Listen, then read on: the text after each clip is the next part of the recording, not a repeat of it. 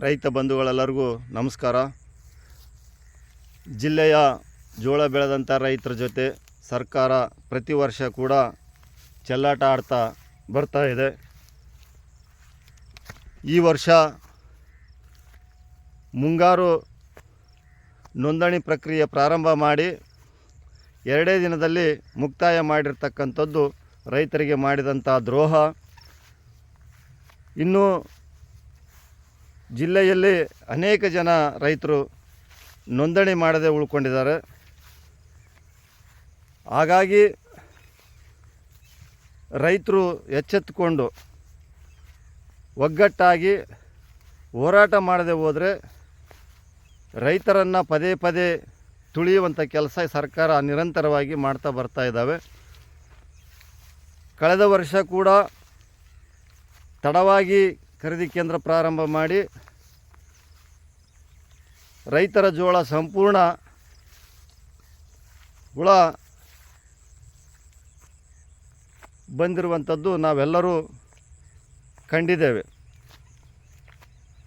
ದೊಡ್ಡ ಪ್ರಮಾಣದ ಹೋರಾಟವನ್ನು ಮಾಡಿ ನಾನಾ ರೀತಿಯ ಹೋರಾಟಗಳು, ತಹಸೀಲ್ ಕಚೇರಿ ಗೇಟ್ ಬಂದ್ ಮಾಡಿ, ರಸ್ತೆ ತಡೆ ಮಾಡಿ, ಸಿಂಧನೂರು ಬಂದ್ ಕರೆ ಕೊಟ್ಟು ಅನೇಕ ನಾನಾ ರೀತಿಯ ಹೋರಾಟಗಳನ್ನು ಮಾಡಿದರೂ ಕೂಡ ರೈತರಿಗೆ ಸರಿಯಾದ ರೀತಿಯಲ್ಲಿ ಖರೀದಿ ಆಗಲಿಲ್ಲ. ಮುಂಗಾರು 20 ಕ್ವಿಂಟಲ್ ಅನೌನ್ಸ್ ಮಾಡಿರ್ತಕ್ಕಂಥದ್ದನ್ನು ನಂತರದಲ್ಲಿ 10 ಕ್ವಿಂಟಲ್ ತೆಗೆದುಕೊಂಡ್ರು. ಹಿಂಗಾರು 15 ಕ್ವಿಂಟಲ್ ತೆಗೆದುಕೊಂಡ್ರು. ಅನೇಕ ಜನ ರೈತರಿಗೆ ಅದರಲ್ಲಿ ಮೋಸ ಆಯಿತು. ಅದೇ ರೀತಿಯಾಗಿ ಈ ವರ್ಷ ಆಗಬಾರ್ದು ಅಂಥೇಳಿ ನಾವು ಸರ್ಕಾರಕ್ಕೆ ಪದೇ ಪದೇ ಹೇಳ್ತಾ ಬಂದರೂ ಕೂಡ ಈ ವರ್ಷ ರೈತರ ಬೆಳೆದಂಥ ಜೋಳವನ್ನು 80% ಮುಂಗಾರು ಬೆಳೆಯಾಗಿ ಸಮೀಕ್ಷೆ ಮಾಡಿ ಖರೀದಿ ಕೇಂದ್ರದಲ್ಲಿ ಕೇವಲ 8,80,000 ಕ್ವಿಂಟಲ್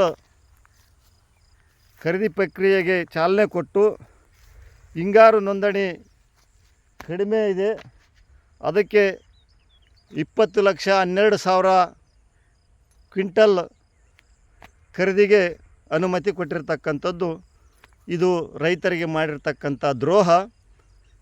ಇದರ ಹಿನ್ನೆಲೆ ನಂತರದಲ್ಲಿ ವ್ಯಾಪಾರಸ್ಥರಿಗೆ ಲಾಭ ಮಾಡಿಕೊಡ್ತಕ್ಕಂಥ ಕೆಲಸ ಒಳಗಿಂದ ಅಧಿಕಾರಿಗಳು, ರಾಜಕಾರಣಿಗಳು ಮಾಡ್ತಾ ಬಂದಿದ್ದಾರೆ. ಹಾಗಾಗಿ ಇದರ ವಿರುದ್ಧ ನಾವು ದೊಡ್ಡ ಪ್ರಮಾಣದಲ್ಲಿ ಪ್ರತಿಭಟನೆ ಮಾಡಬೇಕಾಗಿರ್ತಕ್ಕಂಥದ್ದು ಅನಿವಾರ್ಯ ಇದೆ. ಹಾಗಾಗಿ ರೈತರು, ಜೋಳ ಬೆಳೆದಂಥ ಎಲ್ಲ ರೈತರು ಎಚ್ಚೆತ್ತುಕೊಂಡು ನಮ್ಮ ಬದುಕನ್ನು ಉಳಿಸ್ಕೊಳ್ಬೇಕಾದ್ರೆ ನಾವೆಲ್ಲರೂ ಕೂಡ ಹೋರಾಟಕ್ಕೆ ಸಿದ್ಧರಾಗಬೇಕು. ಆ ನಿಟ್ಟಿನಲ್ಲಿ ತಾವೆಲ್ಲರೂ ಸಿದ್ಧರಾಗಿ ಹೋರಾಟಕ್ಕೆ ಕೈ ಜೋಡಿಸಿ, ರೈತ ಸಂಘ ಯಾವತ್ತೂ ನಾವು ನಿಮ್ಮ ಜೊತೆ ಇರ್ತೇವೆ ಅನ್ನುವಂಥ ಮಾತನ್ನು ಹೇಳ್ತಾ, ಈ ಮುಂದಿನ ಹೋರಾಟದಲ್ಲಿ ಎಲ್ಲ ರೈತರು ಪಾಲ್ಗೊಳ್ಳಬೇಕು ಅಂಥೇಳಿ ವಿನಂತಿಯನ್ನು ಮಾಡ್ತೇವೆ. ಮತ್ತೊಮ್ಮೆ ಎಲ್ಲರಿಗೂ ನಮಸ್ಕಾರ.